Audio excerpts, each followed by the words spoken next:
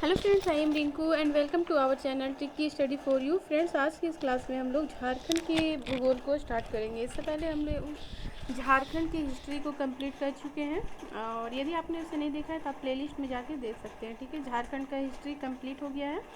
अब हम लोग झारखंड का ज्योग्राफी स्टार्ट करने जा रहे हैं। तो चलिए स्टार्ट करते हैं आज की इस क्लास को। तो जो झारखंड है उसका भौगोलिक विस्तार जो है वह 21 डिग्री 58 मिनट 10 सेकेंड से 25 डिग्री 19 मिनट 15 सेकेंड उत्तरी अक्षांश तथा 83 डिग्री 19 मिनट 25 सेकेंड से 87 डिग्री 57 मिनट जो है पूर्वी देशांतर के मध्य स्थित है। ठीक है, तो सिंपल इसमें 4 ऐड कर दीजिएगा, इसमें 4 ऐड कर दीजिएगा। 83 में 4 ऐड कीजिएगा तो 87, 21 में 4 ऐड कीजिएगा तो 25 हो जाएगा। ठीक है, इस तरह से याद हो जाएगा। यह राज्य विश्व के मानचित्र पर उत्तरी गोलार्ध में अवस्थित है। ठीक है, यह उत्तरी गोलार्ध में स्थित है और देश के पूर्वी भाग में स्थित झारखंड भारत का 28वां राज्य है। तो यह पूछा गया प्रश्न है कि झारखंड जो है भारत के किस भाग में स्थित है। तो यह पूर्वी भाग में स्थित है। ठीक है, यहाँ स्थित है। झारखंड प्रदेश में मुख्यतः छोटा नागपुर पठार तथा संथाल परगना का वन क्षेत्र सम्मिलित है। छोटा नागपुर झारखंड के सबसे बड़ा भाग है। ठीक है, झारखंड का सबसे बड़ा भाग कौन सा है? तो छोटा नागपुर है। और दूसरा सबसे बड़ा पूछा जाएगा तो संथाल परगना हो जाएगा। झारखंड राज्य का विस्तार उत्तर से दक्षिण 380 किलोमीटर, ये उत्तर से दक्षिण कितना है? 380 किलोमीटर। और पूर्व से पश्चिम कितना है? तो 463 किलोमीटर है। झारखंड राज्य का क्षेत्रफल 79,714 वर्ग किलोमीटर है। और यदि आपको वन सर्वेक्षण की रिपोर्ट के हिसाब से पूछा जाएगा तो 79,716 किलोमीटर स्क्वायर हो जाएगा। ठीक है, जो देश के कुल क्षेत्रफल का 2.42% है। क्षेत्रफल की दृष्टि से यह भारत का 16वां राज्य है। लेकिन अगर आपसे पूछा जाएगा कि जम्मू कश्मीर के पुनर्गठन के बाद यह देश का भारत का कितने नंबर का राज्य है, कितने नंबर का बड़ा राज्य है, तो 15 हो जाएगा। ठीक है, 15वां बड़ा राज्य है झारखंड। झारखंड राज्य की कुल जनसंख्या 3,29,88,134 है, जो देश की कुल जनसंख्या का 2.72% है। ठीक है, देखिए इसमें कंफ्यूज नहीं कीजिएगा, इसमें क्षेत्रफल के हिसाब से पूछा जा रहा है तो 2.42 है। ठीक है, जबकि जनसंख्या तो ज़्यादा है तो इसलिए ये जो डेटा है यहाँ ज़्यादा हो जाएगा, 2.72% हो जाएगा। ठीक है, झारखंड राज्य की सीमाएँ 5 राज्यों को स्पर्श करती है। झारखंड राज्य की जो सीमा है वह कितने राज्यों को स्पर्श कर रही है? तो 5 राज्यों को। ठीक है, उत्तर में बिहार, यहाँ बिहार हो गया। दक्षिण में उड़ीसा, पूर्व में वेस्ट बंगाल तथा पश्चिम में छत्तीसगढ़ और पश्चिम में उत्तर में यहाँ यूपी हो जाएगा। ठीक है, यूपी एक ऐसा जिला है, यूपी एक ऐसा गढ़वा एक ऐसा जिला है जो बिहार, यूपी तथा छत्तीसगढ़ तीनों से अपना जो है बॉर्डर टच करता है। ठीक है, नेक्स्ट देखते हैं। झारखंड एक लैंडलॉक अथवा भू आवेष्टित राज्य है, अर्थात इसकी भौगोलिक सीमा समुद्र से स्पर्श नहीं करती है। भारत के अन्य स्थलबद्ध यानी कि लैंडलॉक्ड जो स्टेट है वह है एमपी, छत्तीसगढ़ तथा हरियाणा। ठीक है, ये 4 ऐसे स्टेट है जिसकी जो बाउंड्री है वो किसी भी भौगोलिक सीमा से टच नहीं करती है। ठीक है, कौन कौन सा? तो झारखंड, एमपी, छत्तीसगढ़ और हरियाणा। कर्क रेखा झारखंड राज्य के बिल्कुल मध्य में गुजरती है। कर्क रेखा पर स्थित प्रमुख स्थान है नेतरहाट, किस्को, ओरमांझी, गोला, गोपालपुर, पोखन्ना, गोसाईडीह, झालबर्दा और पालकुदरी। ठीक है, झारखंड राज्य की आकृति कैसी है? तो चतुर्भुजाकार है। झारखंड राज्य में आर्कियन काल के ग्रेनाइट से निर्मित चट्टानों से लेकर चतुर्थ कल्प काल की नवीन जलोढ़ मृदा तक पाई जाती है। राज्य की अधिकांश चट्टानों का विस्तार पूरब पश्चिम दिशा में है। ठीक है, राज्य की जो अधिकांश चट्टानें हैं उसका विस्तार पूरब से पश्चिम दिशा की ओर है। सिंभू में स्थित चट्टानें राज्य की एकमात्र ऐसी चट्टानी है जिसका विस्तार दक्षिण पूर्व से दक्षिण पश्चिम की ओर है। ठीक है, सिंभू में यहाँ सिंभूम है। ठीक है, ये झारखंड का मैप है, तो यहाँ सिंभूम है। तो सिंभू में स्थित जो चट्टानें हैं वो झारखंड के एकमात्र ऐसा चट्टान है जिसका विस्तार दक्षिण पूर्व, ठीक है, दक्षिण पूर्व है तथा दक्षिण पश्चिम है। ठीक है, छोटा नागपुर का पठार झारखंड राज्य की धरातलीय संरचना के निर्माण की दृष्टि से सर्वाधिक महत्वपूर्ण संरचना है। छोटा नागपुर पठार का सबसे ऊंचा स्थान पाट कहलाता है। ठीक है, छोटा नागपुर पठार का सबसे ऊंचा स्थान क्या कहलाता है? तो पाट कहलाता है। झारखंड की सबसे ऊंची चोटी कौन सा है? तो पारसनाथ है। ठीक है, पारसनाथ, जिसको समेत शिखर कहते हैं। इसकी ऊंचाई पूछा जाएगा तो 1365 मीटर, और अगर फीट में पूछा जाएगा तो कितना होगा बताएं आप लोग। सोन नदी के अतिरिक्त झारखंड की सभी नदियां जो है बरसाती है तथा गर्मी के दिनों में सूख जाती हैं। झारखंड में अनेक जलप्रपात तथा गर्म जल कुंड पाए जाते हैं। झारखंड के जल संसाधन की दृष्टि से अत्यंत महत्वपूर्ण है। झारखंड राज्य की जलवायु कैसी है? तो उष्णकटिबंधीय मानसूनी है तथा इस राज्य में दक्षिण पश्चिम मानसून की दोनों शाखाओं द्वारा वर्षा होती है। ठीक है, दक्षिण पश्चिम मानसून की दोनों शाखाओं द्वारा। नेक्स्ट है, चट्टानों के अपक्षयन से प्राप्त अवशेषों से निर्मित होने के कारण यहाँ की मिट्टी अवशिष्ट प्रकार की है। झारखंड के कुल भूभाग के 29.55% भाग पर वन पाए जाते हैं। ठीक है, और अगर ये न्यू डेटा के हिसाब से पूछा जाएगा तो 29.62%। ठीक है,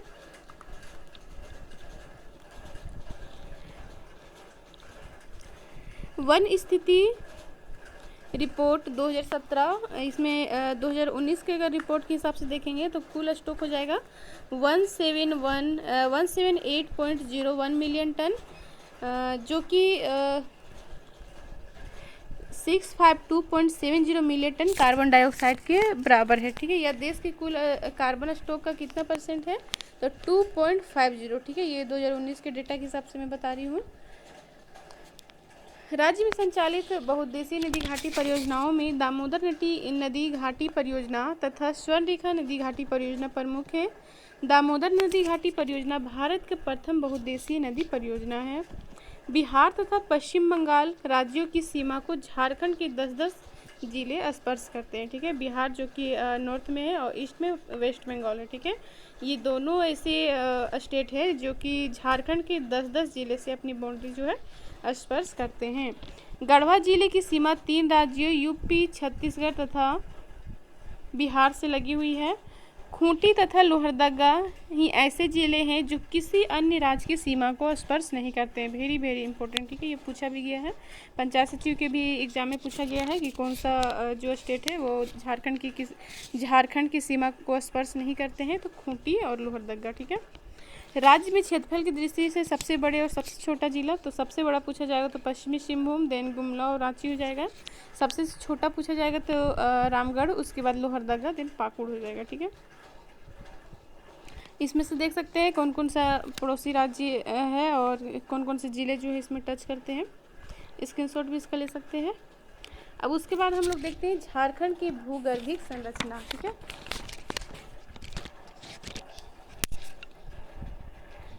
तो सबसे पहले देखते हैं आर्कियन, ग्रेनाइट, नीस एवं धारवाड़ क्रम की चट्टानें। झारखंड की चट्टानी संरचनाओं में ये सर्वप्रमुख है। इसका विस्तार 90% भूभाग पर है। ये परतदार चट्टानें हैं। इनका विकास आर्कियन काल से ही होता रहा है। इन चट्टानों का विस्तार झारखंड के सिंहभूम, सरायकेला, सिमडेगा, दक्षिण पूर्वी झारखंड के क्षेत्रों में हुआ है। दक्षिण पूर्वी यानी कि देखिए झारखंड की ये मैप बना देती हूँ, इस एरिया में। ठीक है, धारवाड़ क्रम की चट्टानों का सबसे अच्छा विकास कोल्हान की पहाड़ी में हुआ है। कोल्हान प्रमंडल, जैसा कि ये जो है ये कोल्हान प्रमंडल हो जाएगा। ठीक है, और यहीं इधर पूर्वी सिंहभूम, पश्चिमी सिंहभूम और यहाँ सरायकेला स्थित है। ठीक है, तो यही कोल्हान की पहाड़ी में सबसे ज़्यादा जो है धारवाड़ क्रम की चट्टानों का विकास हुआ है। इसे लो अयस्क श्रृंखला भी कहा जाता है। और इसे क्या कहा जाता है? तो लो अयस्क श्रृंखला। प्रचुर मात्रा में खनिज संसाधन का भंडारण होने के कारण ये आर्थिक दृष्टि से झारखंड की सर्वप्रमुख चट्टानें हैं। छोटा नागपुर पठान की आग्नेय, अवसादी तथा रूपांतरित चट्टानों का संबंध भी इसी काल की चट्टानों से है। ठीक है, किससे? छोटा नागपुर छोटा नागपुर पठार की आग्नेय, अवसादी तथा रूपांतरित, ये सभी चट्टानें जो है किस काल के बारे में बता रहा है? तो आर्कियन काल के। ठीक है, आर्कियन काल की चट्टानें। नेक्स्ट हम लोग देखते हैं विंध्यन क्रम की चट्टानें। तो ये कहाँ पाया जाएगा? तो झारखंड का मैप ड्रॉ कर लेते हैं, तो यहाँ पाया जाएगा। ठीक है, ये क्या है? झारखंड का नॉर्थ ईस्ट एरिया है और यहाँ गढ़वा है। ठीक है, गढ़वा। तो मुख्य रूप से गढ़वा में इसका विस्तार है और ये चट्टानें बलुआ पत्थर एवं चूना पत्थर युक्त चट्टानें हैं। नेक्स्ट देखते हैं हम लोग गोंडवाना क्रम की चट्टानें। इन चट्टानों का निर्माण दामोदर घाटी के तलछट से हुआ है। ठीक है, गोंडवाना चट्टानों का निर्माण कैसे हुआ है, तो दामोदर घाटी के तलछट से हुआ है। इन चट्टानों में बलुआ पत्थर एवं कोयले की परत पाई जाती है। झारखंड के प्रमुख कोयला निक्षेपों का निर्माण भी इसी चट्टानों में हुआ है। तो वेरी वेरी इंपॉर्टेंट, ये बहुत बार पूछा गया है कि कोयला निक्षेपों का निर्माण किस क्रम की चट्टानों से हुआ है, तो गोंडवाना क्रम की चट्टानों से। ठीक है, इन चट्टानों का विस्तार गिरिडीह, राजमहल की पहाड़ियों तथा उत्तरी कोयल नदी की घाटी क्षेत्रों में हुआ है, यानी कि उत्तरी छोटा नागपुर। ठीक है, उत्तरी छोटा नागपुर के अंतर्गत ही आता है गिरिडीह, राजमहल की पहाड़ी, ये संथाल परगना की तरफ हो जाएगा, तथा उत्तरी कोयल नदी। ठीक है, नेक्स्ट देखते हैं हम लोग राजमहल ट्रैप तथा दक्कन लावा की चट्टानें। लावा के बहाव से राजमहल ट्रैप का निर्माण हुआ, जबकि दरारों में लावा के प्रवाह से दक्कन लावा का निर्माण हुआ है। इन चट्टानों में अपक्षयन के परिणाम स्वरूप लेटेराइट एवं बॉक्साइट का निर्माण हुआ है। इनका विस्तार झारखंड के पाट क्षेत्र, ठीक है, पाट क्षेत्र के अंतर्गत कौन कौन सा आ जाएगा, तो पलामू, गढ़वा, गुमला तथा लोहरदगा। इसके अलावा है साहिबगंज के पूर्वोत्तर क्षेत्रों तथा पाकुड़ के पूर्वी भागों में हुआ है और इसकी अगर ऊंचाई पूछा जाएगा तो कितना हो जाएगा, 900 मीटर। ठीक है, अब हम लोग देखते हैं नवीनतम जलोढ़ निक्षेप।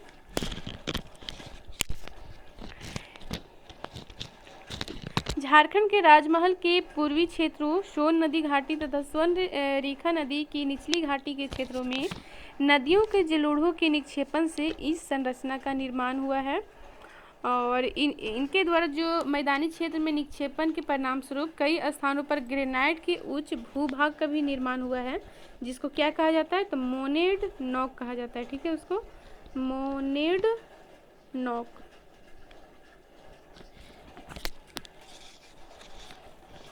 अब यहाँ देख सकते हैं झारखंड का मैप और इसमें किस किस क्रम की चट्टानें जो है, तो इसमें आर्कियन क्रम की चट्टानें देख सकते हैं। ये सभी जो है आर्कियन क्रम की चट्टानें जो झारखंड के 90% भूभाग पर विस्तृत है।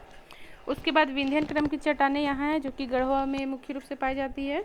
देन है गोंडवाना क्रम की चट्टानें जहाँ कोयला के निक्षेप है।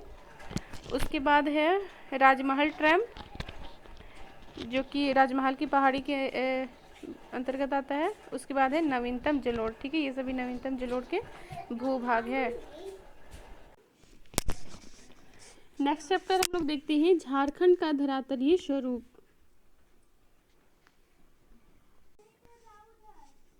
झारखंड के धरातलीय स्वरूप के निर्माण में छोटा नागपुर पठारी क्षेत्र का सर्वप्रमुख योगदान है।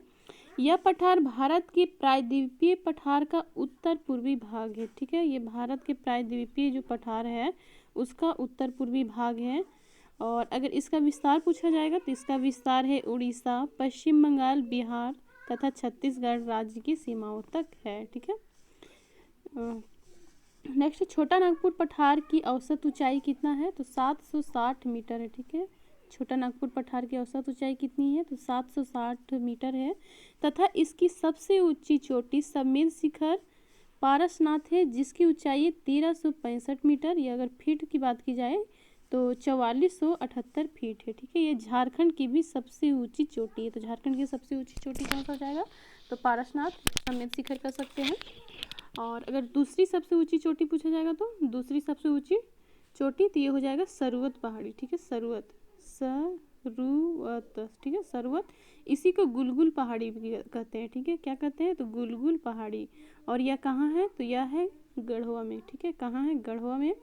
और अगर इसकी ऊंचाई की बात की जाए तो इसकी ऊंचाई हो जाएगी 3819 फीट। ठीक है, 3819 फीट हो जाएगी किसकी, तो सर्वत या गुलगुल पहाड़ी की। नेक्स्ट हम लोग देखते हैं झारखंड के धरातलीय स्वरूप का विभाजन। तो सबसे पहले देखते हैं पाट क्षेत्र। ठीक है, पाट क्षेत्र या पश्चिमी पठार इसको कह सकते हैं। तो पाट का अर्थ क्या होता है, तो पाट का अर्थ होता है समतल जमीन। पारसनाथ के अतिरिक्त यह झारखंड का सबसे ऊंचा भाग है। ठीक है, पारसनाथ के अलावा यह झारखंड का सबसे ऊंचा भाग है यहाँ चोटी नहीं पूछा जा रहा, सबसे ऊंचा भाग पूछा गया है, ठीक है। इसका विस्तार रांची के उत्तर पश्चिम हिस्से से लेकर पलामू जिले के दक्षिण हिस्से तक हुआ है, ठीक है। इसे झारखंड का मैप है। इसका विस्तार रांची की पश्चिमी क्षेत्र से लेकर ये पलामू के दक्षिणी भाग तक हुआ है, ठीक है। यहाँ से यहाँ तक इसका हुआ है। पाट क्षेत्र की आकृति कैसी है, तो त्रिभुजाकार है और इसका जो शीर्ष है दक्षिण में तथा आधार उत्तर में है, ठीक है। इसका जो शीर्ष है वह दक्षिण में और आधार कहाँ है, तो उत्तर में है। इस क्षेत्र की ऊपरी भाग को टाड़ कहते हैं। जो इसका जो ऊपरी भाग है यानी कि जो उत्तर में जो इसका आधार है उसको क्या कहते हैं, टांड कहते हैं। जो दक्षिण में इसका शीर्ष है उसको दोन कहते हैं, ठीक है। पाट क्षेत्र की समुद्र तल से औसत ऊंचाई 900 मीटर और अगर फीट की बात की जाए तो लगभग 3000 फीट है, ठीक है। और अगर आप केवल मीटर में याद रख सकते हैं, इसको फीट में आप इजीली कन्वर्ट कर सकते हैं, 3.2 से मल्टीप्लाई कर दीजिएगा। नेक्स्ट देखते हैं झारखंड के 3 सबसे ऊंचे पाट। तो सबसे ऊंचा पाट हो जाएगा नेतरहाट, उसके बाद गणेशपुर, देन जनीरा, ठीक है। नेतरहाट, गणेशपुर, देन जनीरा। नेतरहाट पाट का जो ऊंचाई है वह है 1180 मीटर या 3871 फीट। आप ओनली मीटर में याद रखें, फीट में कन्वर्ट कर लीजिएगा। गणेशपुर का है 1171 और जनीरा का है 1142, ठीक है। नेक्स्ट पाट क्षेत्र की प्रमुख पहाड़ियाँ जो है वह सानू एवं सराऊ। पाट क्षेत्र उत्तरी कोयल, शंख नदियों का उद्गम स्थल भी है, ठीक है। पाट क्षेत्र से उत्तरी कोयल निकलती है, शंख नदियाँ भी निकलती हैं। तस्तरी नुमा बारवे का मैदान झारखंड के पाट क्षेत्र का हिस्सा है, ठीक है। ये भी बहुत इंपॉर्टेंट है। तस्तरी नुमा बारवे का मैदान जो है वह झारखंड के किस क्षेत्र का हिस्सा है, तो पाट क्षेत्र का हिस्सा है, ठीक है। उसके बाद देखते हैं हम लोग रांची का पठार। तो रांची का पठार झारखंड का सबसे बड़ा पठारी भाग है, ठीक है। यह समुद्र तल से औसतन 600 मीटर तथा लगभग 1970 फीट की ऊंचाई वाला क्षेत्र है। और हम लोग पाट क्षेत्र देखे थे, वह कितना इसका ऊंचाई था, तो समुद्र तल से 900 मीटर, ठीक है। और रांची पठार का कितना है, तो इसका है 600 मीटर, ठीक है। रांची पठार की आकृति चौकोर है। इसकी आकृति कैसी है, चौकोर है। और पाट क्षेत्र की आकृति कैसी थी, तो त्रिभुजाकार थी। इस पठारी क्षेत्र में निकलने वाली नदियां पठार के किनारे पर ढाल के कारण जलप्रपातों का निर्माण होता है। इनमें प्रमुख जलप्रपात है बूढ़ा घाघ, जिसको लोधा घाघ भी कहते हैं, हुंडरू, दशम, जोन्हा या गौतम धारा आदि है। उसके बाद नेक्स्ट हम लोग देखते हैं हजारीबाग का पठार। तो इसमें सबसे पहले ऊपरी हजारीबाग का पठार देखते हैं। इसका विस्तार रांची पठार के समानांतर हजारीबाग जिले में है। भूतकाल में यह रांची पठार के साथ जुड़ा हुआ था, ठीक है। पहले ये रांची पठार के साथ जुड़ा हुआ था, लेकिन दामोदर नदी के कटाव के कारण यह रांची पठार से पृथक हो गया, यानी कि अलग हो गया। किसके कटाव से, तो दामोदर नदी के कटाव के। इस पठार की समुद्र तल से औसत ऊंचाई कितनी है, तो 600 है, ठीक है।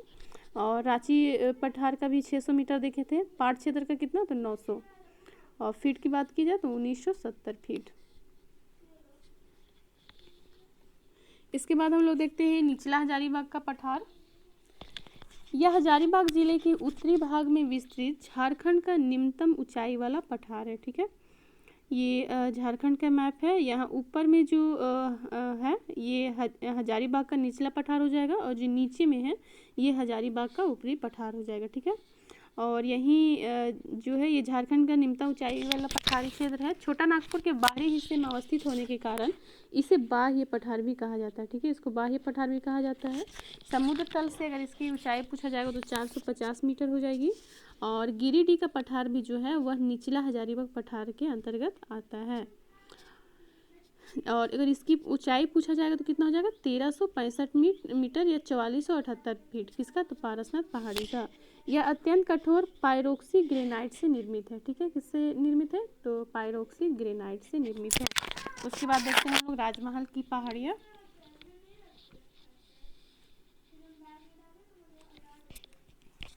यह असमान नदी घाटियों एवं मैदानी क्षेत्रों से मिलकर निर्मित हुआ है। इस पठारी क्षेत्र समुद्र तल से औसतन 150 से 300 मीटर ऊंचा है, ठीक है। जो राजमहल की पहाड़ी है वो समुद्र तल से कितना ऊंचा है, तो 150 से 300 मीटर ऊंचा है। इस क्षेत्र में स्थित राजमहल की पहाड़ी बिहार के कैमूर पहाड़ी क्षेत्र तक विस्तृत है, ठीक है। इसका जो विस्तार है झारखंड का मैप। इसका जो विस्तार है ये राजमहल की पहाड़ी से लेकर यहाँ ऊपर में बिहार है, बिहार की यहाँ कैमूर पहाड़ी क्षेत्र तक है। ठीक है, राजमहल पहाड़ी का विस्तार दुमका, देवघर, गोड्डा, पाकुड़ एवं साहिबगंज जिले तक है। राजमहल पहाड़ी क्षेत्र 2000 वर्ग किलोमीटर तक विस्तृत है। ठीक है, इस क्षेत्र में नुकीली पहाड़ियों को क्या कहते हैं, तो नुकीली पहाड़ियों का स्थानीय नाम है टोंगरी। ठीक है, और गुम्बद नुमा जो पहाड़ी है उसको डोंगरी कहते हैं। ठीक है, जो नुकीली रहेगा उसको टोंगरी कहेंगे और जो गुम्बद नुमा रहेगा उसको क्या कहते हैं, तो डोंगरी कहते हैं। चाईबासा का मैदान इस क्षेत्र का सर्व प्रमुख मैदानी क्षेत्र है। किसका, चाईबासा का, तो राजमहल की पहाड़ी का प्रमुख मैदानी क्षेत्र है। ठीक है, राजमहल की पहाड़ी का प्रमुख मैदानी क्षेत्र कौन सा है, तो चाईबासा का मैदान, जो पश्चिमी सिंहभूम के पूर्वी मध्यवर्ती भाग में स्थित है। चाईबासा का मैदान उत्तर में दालमा की श्रेणी, पूर्व में ढालबुम की श्रेणी, दक्षिण में कोल्हान पहाड़ी, पश्चिम में सारंडा वन तथा पश्चिमोत्तर में पोरहट की पहाड़ी से घिरा है। इसके दक्षिण में अजय नदी घाटी मौजूद है। ठीक है, किसके, तो राजमहल की पहाड़ी के दक्षिण में अजय नदी घाटी मौजूद है। यहाँ देख सकते हैं झारखंड का मैप है। यहाँ इसको बोलते हैं गंगा का मैदान। ये राजमहल पहाड़ी, ऊपर में है निचला हजारीबाग का पठार, उसके जस्ट नीचे है ऊपरी हजारीबाग का पठार। देन यहाँ रांची का पठार, यहाँ दामोदर नदी बेसिन, इसके नॉर्थ ईस्ट में है उत्तरी कोयल बेसिन, इसके यहाँ मिड में है पाट क्षेत्र। देन साउथ वेस्ट में है सिमडेगा, यहाँ कोल्हान की पहाड़ी, यहाँ चाईबासा, पोरहाट, पंचपरगना मैदान, दालमा श्रेणी और यहाँ है ढालभूम का क्षेत्र। ठीक है, नेक्स्ट टॉपिक हम लोग आता है झारखंड में अपवाह तंत्र। फ्रेंड्स, मैंने इस टॉपिक को, झारखंड की नदियों के टॉपिक के मैंने बहुत अच्छा से करवाया है ट्रिक के माध्यम से। अगर आपने उसे नहीं देखा है तो आप उसे प्लेलिस्ट में जाकर देख सकते हैं, या तो मैं उसका डिस्क्रिप्शन बॉक्स में जो है उसका लिंक दे दूँगी। तो चलिए इसके नेक्स्ट टॉपिक को पढ़ते हैं। इससे पहले इसमें कुछ इम्पोर्टेंट फैक्ट है, जैसे कि झारखंड राज्य गंगा नदी संरक्षण प्राधिकरण का गठन कब हुआ, तो 20 फरवरी 2009 को हुआ। इसका मुख्यालय रांची में है और इसके अध्यक्ष कौन होते हैं, तो मुख्यमंत्री होते हैं। ठीक है, तो नेक्स्ट टॉपिक हम लोग देखते हैं झारखंड में जलप्रपात। ऊंचाई से गिरते हुए जल को क्या कहा जाता है, तो जलप्रपात। ठीक है, झारखंड के पठारी क्षेत्रों में नदी के अपवाह मार्ग में मृदु शैलों के अपर्दन या कठोर शैलों के अवरोध के कारण कई जलप्रपातों का निर्माण हुआ है, जिनमें प्रमुख जलप्रपात निम्न है। तो फर्स्ट देखते हैं, तो फर्स्ट है बूढ़ा घाघ, या तो इसी को लोधा घाघ भी कहा जाता है, यह लातेहार में है और ये झारखंड का सबसे ऊंचा जलप्रपात है। ठीक है, अगर इसकी ऊंचाई पूछा जाएगा तो 137 मीटर या 450 फीट है। ठीक है, 450 फीट। किस नदी पर स्थित है, तो उत्तरी कोयल नदी या तो फिर बूढ़ा नदी भी कह सकते हैं। ठीक है, बूढ़ा नदी, जो भी ऑप्शन में हो। नेक्स्ट है हुंड्रू जलप्रपात। ये क्या है, ये झारखंड का दूसरा सबसे ऊंचा जलप्रपात है। इसकी ऊंचाई है 74 मीटर। ठीक है, और यह किस नदी पर स्थित है, तो स्वर्णरेखा नदी पर। नेक्स्ट है दसम जलप्रपात, रांची में है, यह कांची नदी पर स्थित है, इसकी ऊंचाई है 40 मीटर। नेक्स्ट है पंचघाघ, ये खूंटी में है। हेपाद जो है यह गुमला में है, घाघरा नदी के उद्गम स्थल पर स्थित है। नेक्स्ट है हिरनी जलप्रपात जो है यह पश्चिमी सिंहभूम में है और यह रांची चाईबासा मार्ग पर स्थित है। अगर नदी पूछा जाएगा तो किस नदी पर स्थित है, तो करघा नदी पर। ठीक है, हिरनी जलप्रपात किस नदी पर स्थित है, तो करघा नदी पर।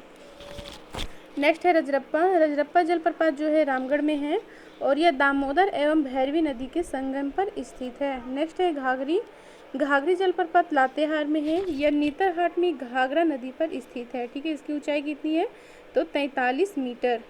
नेक्स्ट है जोन्हा या गौतम धारा जलप्रपात, यह रांची में है, राढ़ू नदी पर स्थित है, इसकी ऊंचाई है 17 मीटर और ऐसी मान्यता है कि इस जलप्रपात में गौतम बुद्ध ने स्नान किया था। ठीक है, इसलिए इसको गौतम धारा जलप्रपात के नाम से भी जाना जाता है। नेक्स्ट है घरघरिया, तो घरघरिया निंदी ये सभी जलप्रपात जो है लोहरदगा में है और पाट क्षेत्र की तलहटी में यह स्थित है। नेक्स्ट है लोध जो है लातेहार में है और यह बूढ़ा नदी पर स्थित है। ठीक है, नेक्स्ट है गौतम धारा, गौतम धारा जलप्रपात ये लातेहार में है। कांति जलप्रपात ये भी लातेहार में है। और सेन्हा गांव से 6 किलोमीटर की दूरी पर यह स्थित है। ठीक है, कांति जलप्रपात। नेक्स्ट है प्रेमा घाव, यह गुमला में है, गुमला के रायडी प्रखंड में। ठीक है। नेक्स्ट है धारागिरी, यह घाटशिला पूर्वी सिंहभूम में है। नेक्स्ट है नागफेनी, यह गुमला में है। सतवागन जलप्रपात कोडरमा में है। पंचगढ़ खूंटी में है और बनाई नदी पर स्थित है। ठीक है, यह 5 जलप्रपातों का समूह है, इसलिए इसको पंचगढ़ नाम से जाना जाता है। नेक्स्ट है मोतीझरा, ये राजमहल पहाड़ी पर स्थित है और अजय नदी पर 40 मीटर की ऊंचाई पर यह स्थित है। उसके बाद अब हम लोग नेक्स्ट टॉपिक देखते हैं, झारखंड में गर्म जलकुंड। ठीक है, तो इसका डेफिनेशन यहाँ देख सकते हैं। तो सबसे पहले देखते हैं हजारीबाग। हजारीबाग में 2 इम्पोर्टेंट है जलकुंड, एक है सूरज कुंड, दूसरा है टाइगर प्रपात। ठीक है, तो सूरज कुंड जो है ये भारत का सर्वाधिक गर्म जल कुंड है और इसका टेम्परेचर पूछा जाएगा तो 88 डिग्री सेल्सियस हो जाएगा। ठीक है, 88 डिग्री सेल्सियस। और अगर फॉरेन हाइट में पूछा जाएगा तो 190 डिग्री फॉरेन हाइट है। ठीक है। नेक्स्ट है टाइगर जलप्रपात, यह ब्राकर नदी पर स्थित है।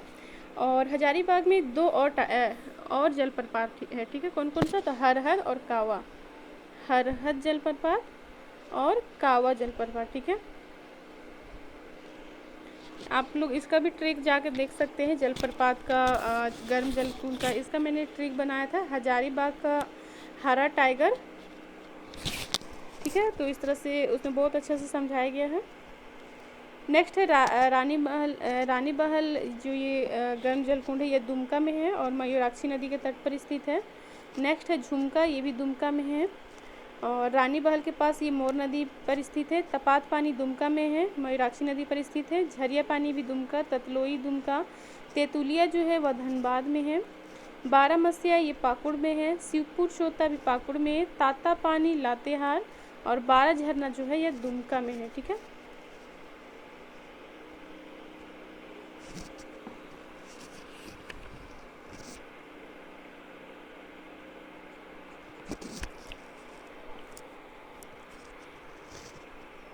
पाकुड़ से एक को और आप लोग याद रख सकते हैं, लाडला उदा। ठीक है, लाडला उदा यह कहाँ है? तो यह बोरू नदी के तट पर स्थित है। ठीक है, और दुमका से क्या क्या बताएं? तो दलाही, भूमका और तपात पानी।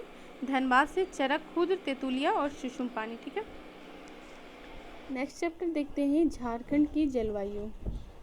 झारखंड एक उष्णकटिबंधीय प्रदेश है तथा यहाँ मानसूनी हवाओं का प्रभाव रहता है, जिसके फलस्वरूप झारखंड में उष्णकटिबंधीय मानसूनी प्रकार की जलवायु का विकास हुआ। तो सिंपल इसमें पूछा जा सकता है कि झारखंड की जलवायु कैसी है? तो उष्णकटिबंधीय मानसूनी। ठीक है, यहाँ ग्रीष्म ऋतु, शीत ऋतु, वर्षा ऋतु के मौसम में पर्याप्त अंतर पाया जाता है और झारखंड का औसत तापमान कितना है? तो 25 डिग्री सेल्सियस है। ठीक है, राष्ट्रीय आपदा प्रबंधन संस्थान यानी कि NIDM की रिपोर्ट के अनुसार झारखंड राज्य को 3 जलवायु प्रदेशों में वर्गीकृत किया गया है। ठीक है, 3 जलवायु प्रदेशों में वर्गीकृत किया गया है। एक मैप के थ्रू मैं इसे समझा रही हूँ। तो ये मेरा झारखंड का मैप बन गया और इसको 3 भागों में बांटा गया है। ठीक है, इस जलवायु को 3 भागों में बांटा गया है। एक ये भाग हो गया मध्य व उत्तर पूर्वी का पठार। उसके बाद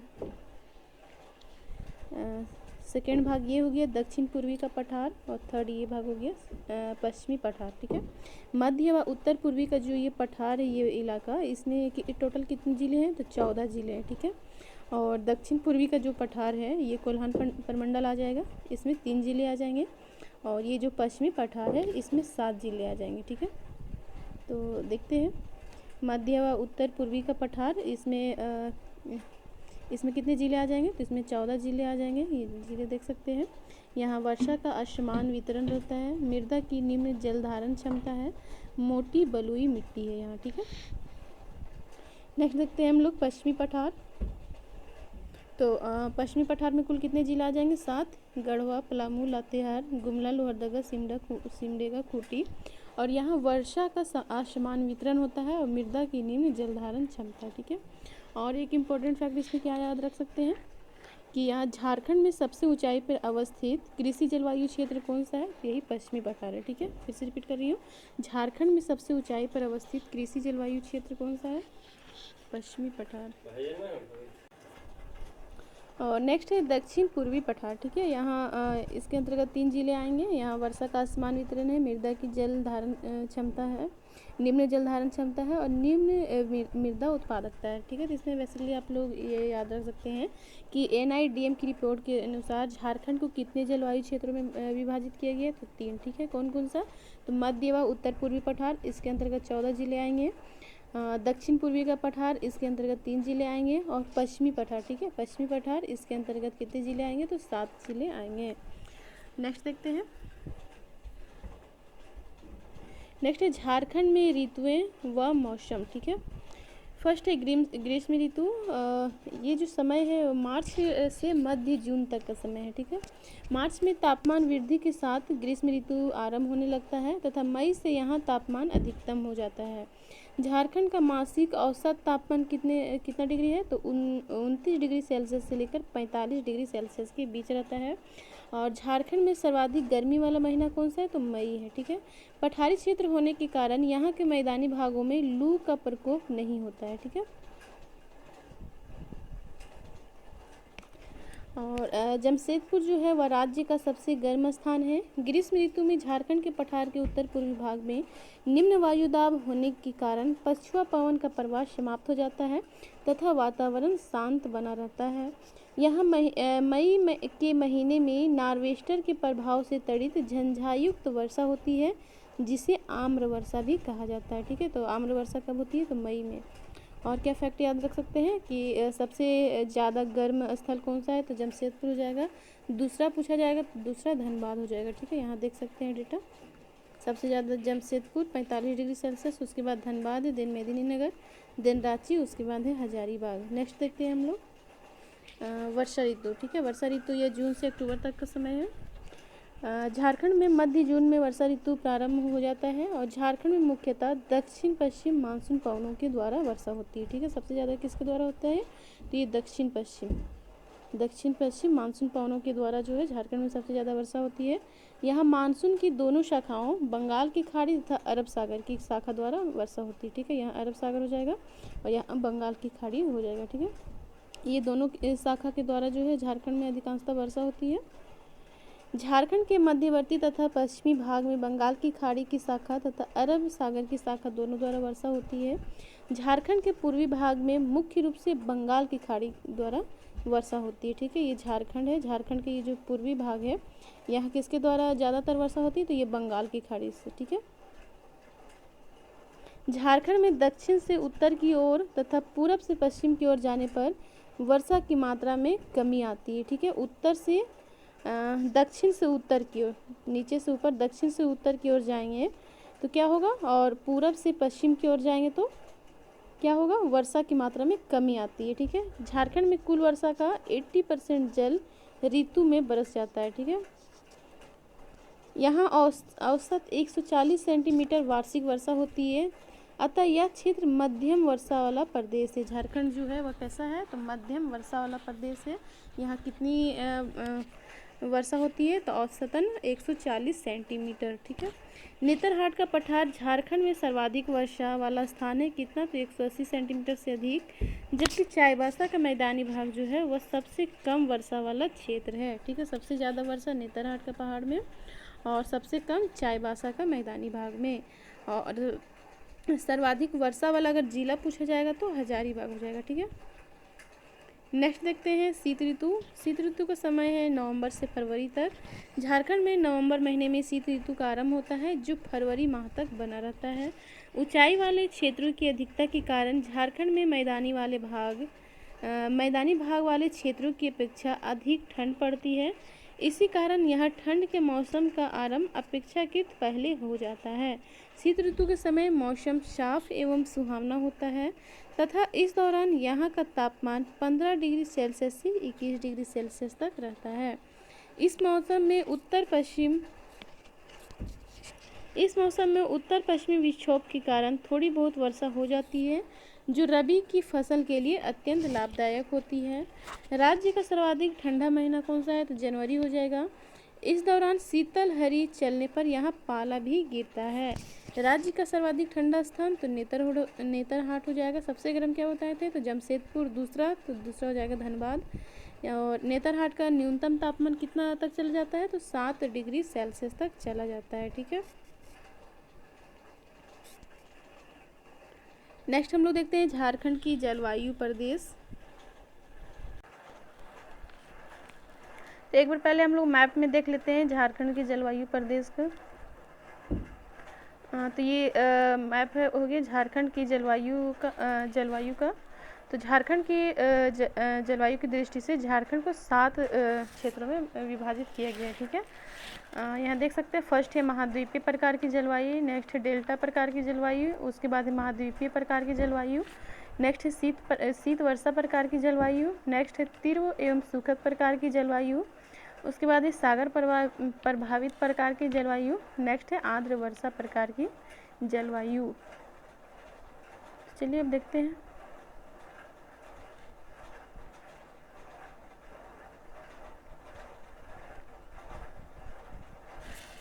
तो सबसे पहले देखते हैं महाद्वीपीय प्रकार की जलवायु। इसके तहत जो प्रभावित क्षेत्र हैं वह है उत्तर एवं उत्तरी पश्चिमी क्षेत्र। ठीक है। इसका विस्तार कहाँ का है? तो पलामू, गढ़वा, चतरा, हजारीबाग, गिरिडीह का मध्यवर्ती भाग तथा संथाल परगना का पश्चिमी भाग। ठीक है। और यहाँ औसतन वर्षा कितनी होती है? तो 114 से 127 सेंटीमीटर। और यहाँ की मुख्य विशेषता क्या है? तो इसकी प्रमुख विशेषता है कि ठंड के मौसम में अत्यधिक ठंड तथा गर्मी के मौसम में अत्यधिक गर्मी होती है। ठीक है। महाद्वीपीय प्रकार की जलवायु की प्रमुख विशेषता क्या है? तो यहाँ ठंड के मौसम में ज़्यादा ठंड लगती है और गर्मी के मौसम में ज़्यादा गर्मी लगती है। नेक्स्ट देखते हैं उप महाद्वीपीय प्रकार की जलवायु। और यहाँ प्रभावित क्षेत्र है मध्यवर्ती क्षेत्र। ठीक है। और इसका विस्तार है पूर्वी लातेहार, दक्षिणी चतरा, दक्षिणी हजारीबाग, बोकारो, धनबाद, जामताड़ा तथा दक्षिणी पश्चिमी दुमका। औसतन वर्षा 127 से 165 सेंटीमीटर। मुख्य विशेषता क्या है?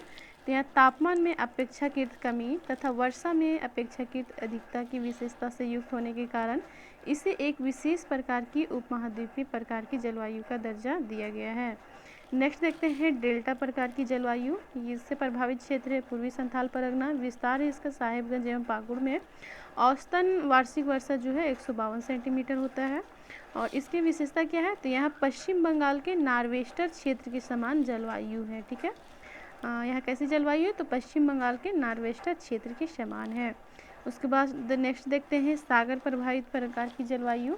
इससे प्रभावित क्षेत्र है पूर्वी सिंहभूम। इसका विस्तार है पूर्वी सिंहभूम, सरायकेला, पश्चिमी सिंहभूम का पूर्वी क्षेत्र। ठीक है। यानी कि कोल्हान प्रमंडल। औसतन वार्षिक वर्षा यहाँ कितनी होती है? तो 140 से 152 सेंटीमीटर। नार्वेस्टर के प्रभाव क्षेत्र में आने के कारण इस क्षेत्र में नार्वेस्टर से प्रभावित मौसमी घटनाएं घटित होती है। मानसून से पूर्व यहाँ सामान्यतः तड़ित झंझा देखा जाता है।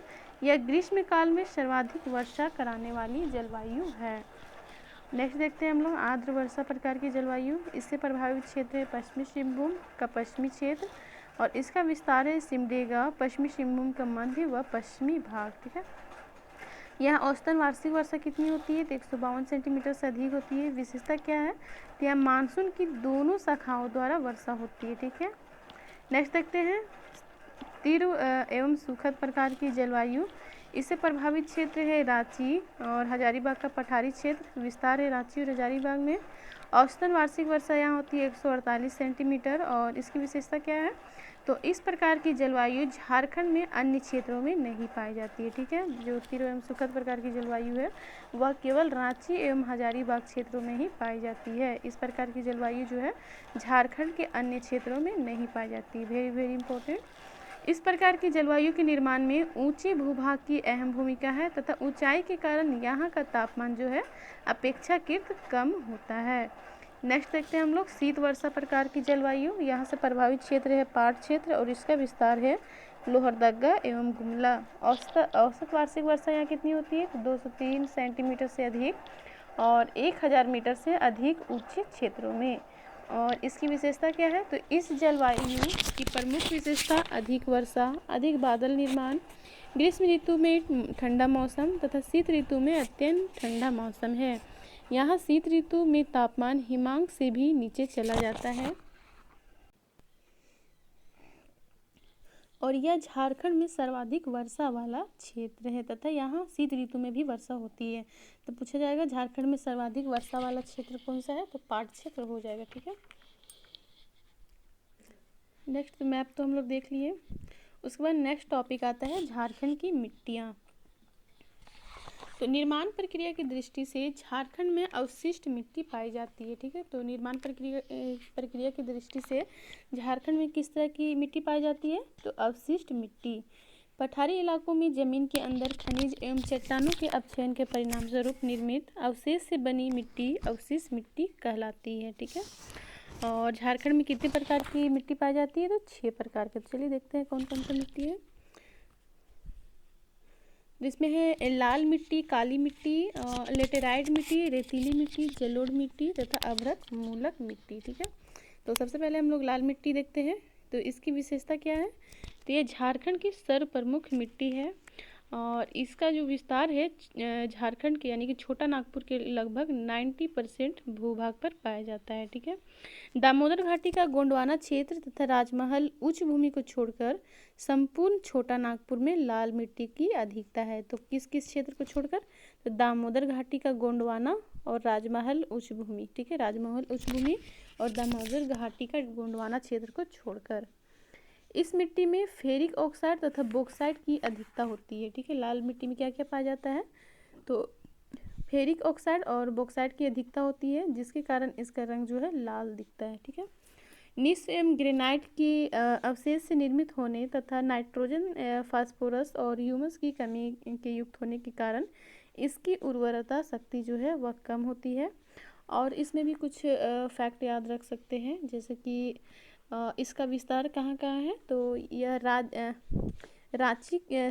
हजारीबाग व कोडरमा क्षेत्र में जो है अभ्रक मूलक लाल मिट्टी पाई जाती है। ठीक है, अभ्रक मूलक लाल मिट्टी कहाँ कहाँ पाई जाती है, तो हजारीबाग और कोडरमा में। ठीक है, हजारीबाग और कोडरमा में अभ्रक मूलक लाल मिट्टी। और लाल काली मिट्टी पूछा जाएगा, तो लाल काली मिट्टी तो यह पाया जाता है सिंहभूम और धनबाद में। ठीक है, सिंहभूम और धनबाद में लाल काली मिट्टी पाई जाती है। और इसमें ये भी याद रख सकते हैं किस मिट्टी में किस किस फसल की खेती की जाती है, तो ज्वार, बाजरा, रागी, गन्ना तथा मूंगफली। ठीक है, ज्वार, बाजरा, रागी, गन्ना तथा मूंगफली। नेक्स्ट हम लोग देखते हैं काली मिट्टी। तो इसका विस्तार है राजमहल पहाड़ी और इस मिट्टी को रेगुर मिट्टी भी कहा जाता है। ठीक है, रेगुर मिट्टी भी कहा जाता है। इस मिट्टी का निर्माण अत्यंत बारीक कणों से होता है अतः पानी पड़ने पर यह मिट्टी जो है चिपचिपी हो जाती है। इस मिट्टी में लौह, चूना, मैग्नीशियम तथा एल्यूमिना का मिश्रण पाया जाता है। बेसाल्ट के अपक्षयन से निर्मित यह मिट्टी धान एवं चने की खेती के लिए उपयुक्त है। ठीक है, काली मिट्टी किसके लिए उपयुक्त है, तो धान एवं चने की खेती के लिए। और इसमें कुछ फैक्ट याद रख सकते हैं, जैसे कि बेसाल्ट के अपक्षयन से निर्मित यह मिट्टी जो है वह कपास की खेती के लिए अत्यंत उपयोगी है। ठीक है, काली मिट्टी जो है वह कपास के लिए अत्यंत उपयुक्त है।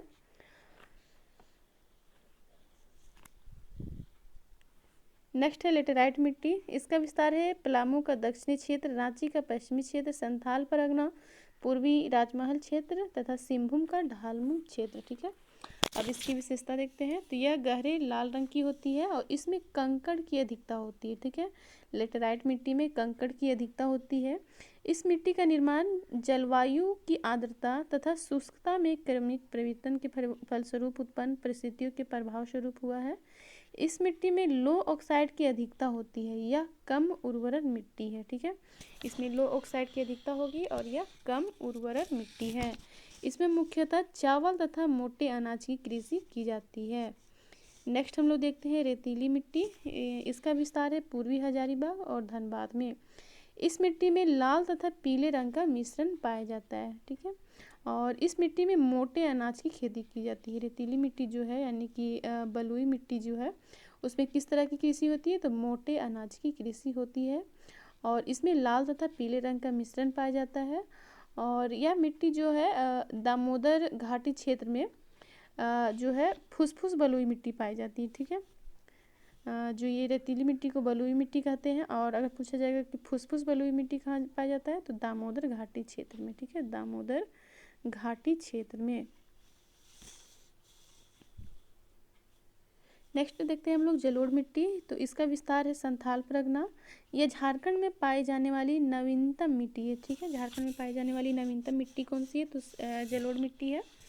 और जिसमें मृदा परिच्छेदिका का विकास नहीं हुआ है। राज्य भर में भांगर यानी कि पुरानी जलोढ़ मृदा को क्या कहते हैं, भांगर, और नवीन जलोढ़ मृदा को क्या कहते हैं, खादर। ठीक है, तो खादर, ये दोनों प्रकार की मिट्टी जो है झारखंड में पाई जाती है। राज्य में साहिबगंज के उत्तर एवं उत्तर पश्चिमी भाग में बांगर तथा पूर्वी भाग एवं पाकुड़ जिले में जो है खादर मिट्टी पाई जाती है। ठीक है, जैसे कि एक मैप में बना देती हूँ। ठीक है, तो इसका उत्तर एवं उत्तर पश्चिमी भाग है, ये जो एरिया है, तो यहाँ कौन सा मिट्टी पाया जाएगा, तो यहाँ भांगर पाया जाएगा। ठीक है, भांगर यानी कि पुरानी जलोढ़ मृदा।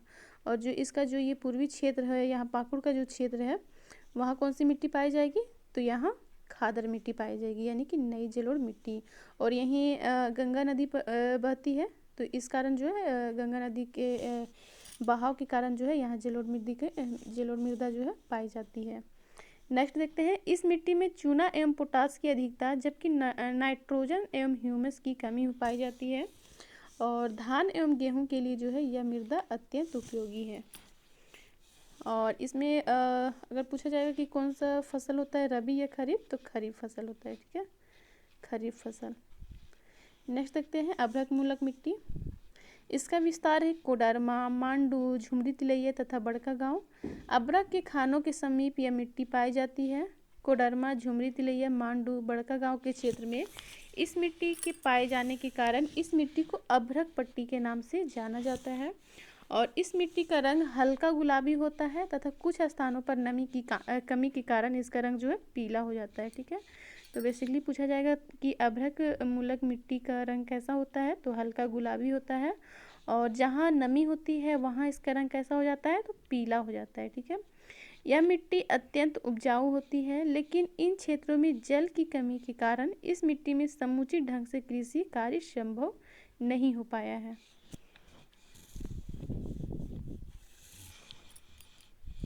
इसलिए हम मैप में देख सकते हैं। ये लाल मिट्टी है, ये जो जितना भी ये डॉट डॉट का क्षेत्र देख सकते हैं, ये लाल मिट्टी है जो कि झारखंड के 90% भूभाग पे पाया जाता है। और किस किस क्षेत्र को छोड़कर, तो दामोदर घाटी का गोंडवाना और राजमहल ऊंची भूमि को छोड़कर। ठीक है, नेक्स्ट ये काली मिट्टी का देख सकते हैं। काली मिट्टी कहाँ पाई जाती है, तो ये राजमहल की पहाड़ी में पाई जाती है। उसके बाद है लेटेराइट मिट्टी। तो ये जो लेटेराइट मिट्टी का क्षेत्र देख रहे हैं, तो लेटेराइट मिट्टी कहाँ पाई जाएगी, तो यह पाई जाएगी पलामू का दक्षिणी क्षेत्र। ये जो पलामू प्रमंडल है इसके दक्षिणी क्षेत्र, और रांची का पश्चिमी क्षेत्र, संथाल परगना, पूर्वी सिंहभूम का क्षेत्र, और ये ढालभूम का जो क्षेत्र है यहाँ पाई जाएगी लेटेराइट मिट्टी। ठीक है, उसके बाद है रेतीली मिट्टी। इसको और किस मिट्टी के नाम से जाना जाता है, तो बलुई मिट्टी। और फुसफुस बलुई मिट्टी कहाँ पाई जाती है, तो दामोदर घाटी क्षेत्र में। ठीक है, और इसका विस्तार कहाँ है रेतीली मिट्टी का, तो इसका विस्तार है पूर्वी हजारीबाग तथा धनबाद में। ठीक है, नेक्स्ट है जलोढ़ मृदा।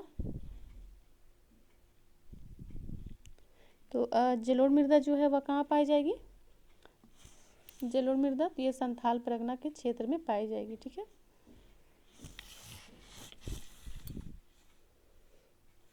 और एक लास्ट बचता है अभ्रक मूलक मृदा। ठीक है, अभ्रक मूलक मृदा, इसका एरिया ये है, यहाँ देख सकते हैं। ये कहाँ कहाँ पाया जाएगा, तो कोडरमा, मांडू, झुमरी तिलैया एवं बड़का गांव में। ठीक है, कुछ और भी मिट्टी का समूह देख लेते हैं। जैसे कि मिट्टी का नाम है अपर्दित कगारों की मिट्टी। इसका विस्तार है तीव्र ढालयुक्त क्षेत्र में। ठीक है, क्या नाम है मिट्टी का, तो अपर्दित कगारों की मिट्टी। इसकी विशेषता क्या है, तो यह मिट्टी जो है पतली तथा पथरीली है, निम्न उर्वरता वाली मिट्टी है, और इसमें सुरगुजा, कुर्थी, मक्का आदि की खेती की जाती है। ठीक है, उसके बाद नेक्स्ट है उच्च भूमि की धूसर पीली मिट्टी। इसका विस्तार है पलामू तथा गढ़वा के ऊंचे पठारी क्षेत्रों में और इस मिट्टी की उर्वरता के माध्यम से उच्च स्तर की होती है। और नेक्स्ट मिट्टी है धात्विक गुणों से युक्त मिट्टी। इसका विस्तार है पश्चिमी सिंहभूम का दक्षिणी भाग। और इस मिट्टी में मिट्टी का रंग जो है ललिमा युक्त होता है और यह मिट्टी जो है कम उर्वरक होती है। नेक्स्ट मिट्टी है विषम जातीय मिट्टी। इसका विस्तार है पश्चिमी सिंहभूम के मध्यवर्ती उत्तरी भाग तथा सरायकेला का क्षेत्र। यह मिट्टी विभिन्न मूल की चट्टानों के अवशेष के मिश्रण से निर्मित होती है। उच्च भूमि में इसका रंग पीला तथा निम्न भूमि में इसका रंग कैसा होता है, काला एवं धूसर होता है। ठीक है, इसमें मध्यम स्तर की उर्वरता पाई जाती है।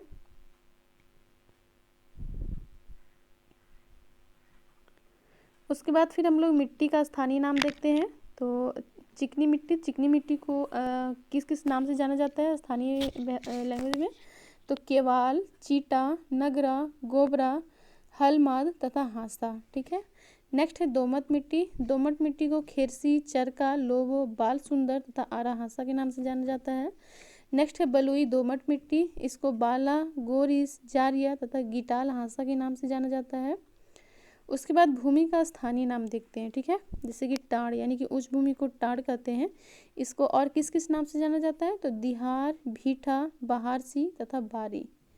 नेक्स्ट है दोन किसको कहते हैं, तो नीची भूमि को दोन कहते हैं। इसको गहरा, बहियार, घोघरा, जाह, चौरा तथा कनारी के नाम से जाना जाता है। नेक्स्ट टॉपिक है झारखंड का वन। ठीक है, तो झारखंड का वन हम लोग 2021 वाला पढ़ाएंगे, ये अलग से सेपरेटली पढ़ाएंगे, वन सर्वेक्षण रिपोर्ट 2021 का। तो उसके बाद फिर देखते हैं